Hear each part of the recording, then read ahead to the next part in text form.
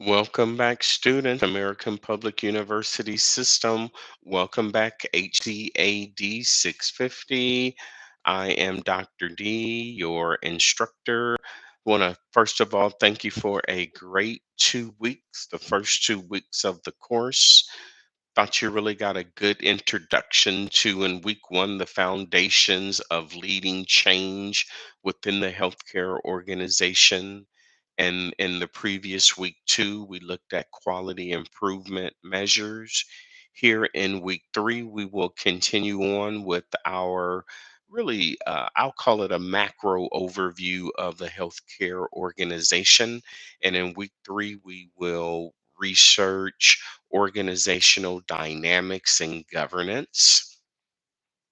Couple chapter readings here in week three, chapter four, that really discusses the governance function, particularly of a nonprofit healthcare organizations. Most healthcare organizations are either nonprofit or not for profit.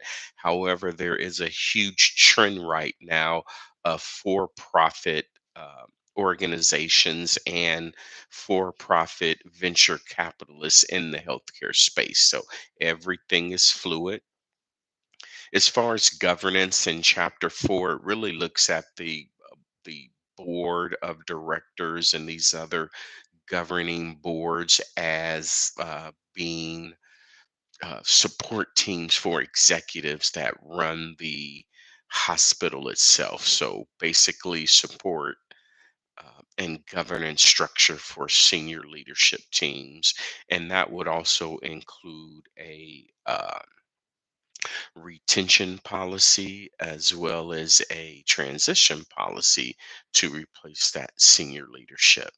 And then in chapter five, it really goes into the core activities of what healthcare organizations do, such as delivering patient care and all of those systems that support that process, such as the electronic practice management system, the electronic health record system, billing systems, referral systems. Some of the key concepts you'll take away from chapter five, for example, is the team based, or what we like to call care teams in healthcare organizations, and evidence based, which is a form of care delivery which takes into account a lot of different things, but mainly the latest clinical evidence coupled with the provider's experience and the patient preference loosely makes up evidence based medicine. But of course, it's a lot more complex with that.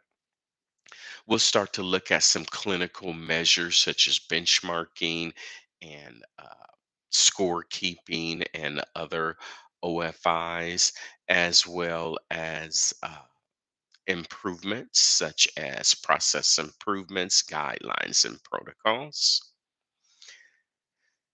As far as the learning materials in week three, there are only just a two chapter reading. So there's chapter three. Actually, there's two readings. In your transformation healthcare, there's chapter four. And then in the well managed healthcare organization, you're going to read chapters four and five. So there's a total of three chapters, two chapter fours, and one chapter five.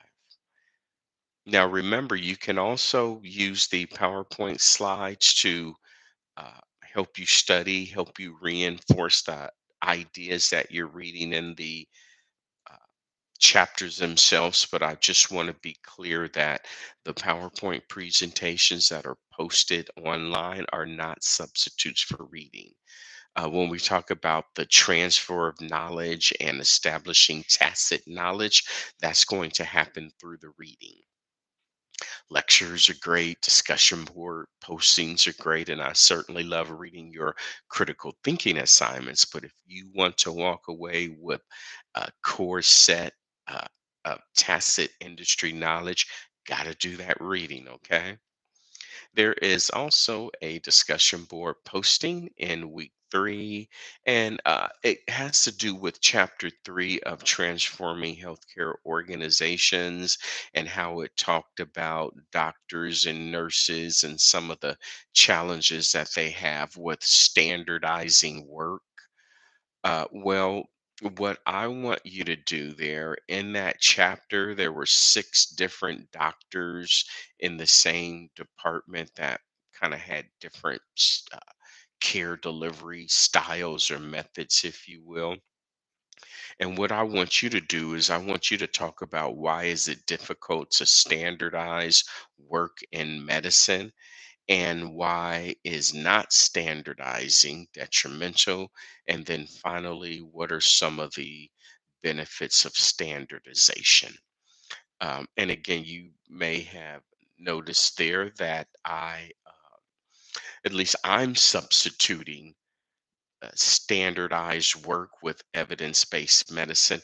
I think chapter 4 and chapter 5 starts to do that a little bit, but what I want you to take away is um, is that for quality control, quality improvement, for accurate measuring, for being able to measure both efficacy and effectiveness, there needs to be standards, there needs to be guidelines that everyone kind of follows, if you will. You can call them clinical practice guidelines, you can call them standardized work, evidence-based medicine. There are probably three or four different terms that we use to refer to the same uh, concepts there.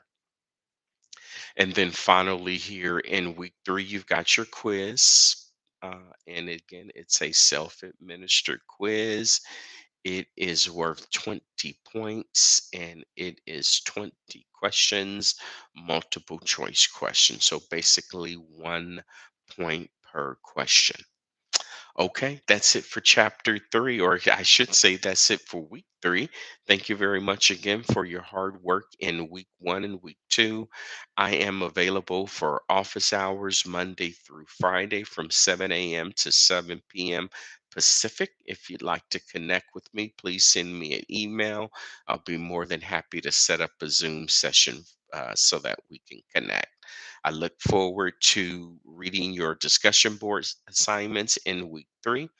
And please reach out to me if you have any questions, comments, or concerns.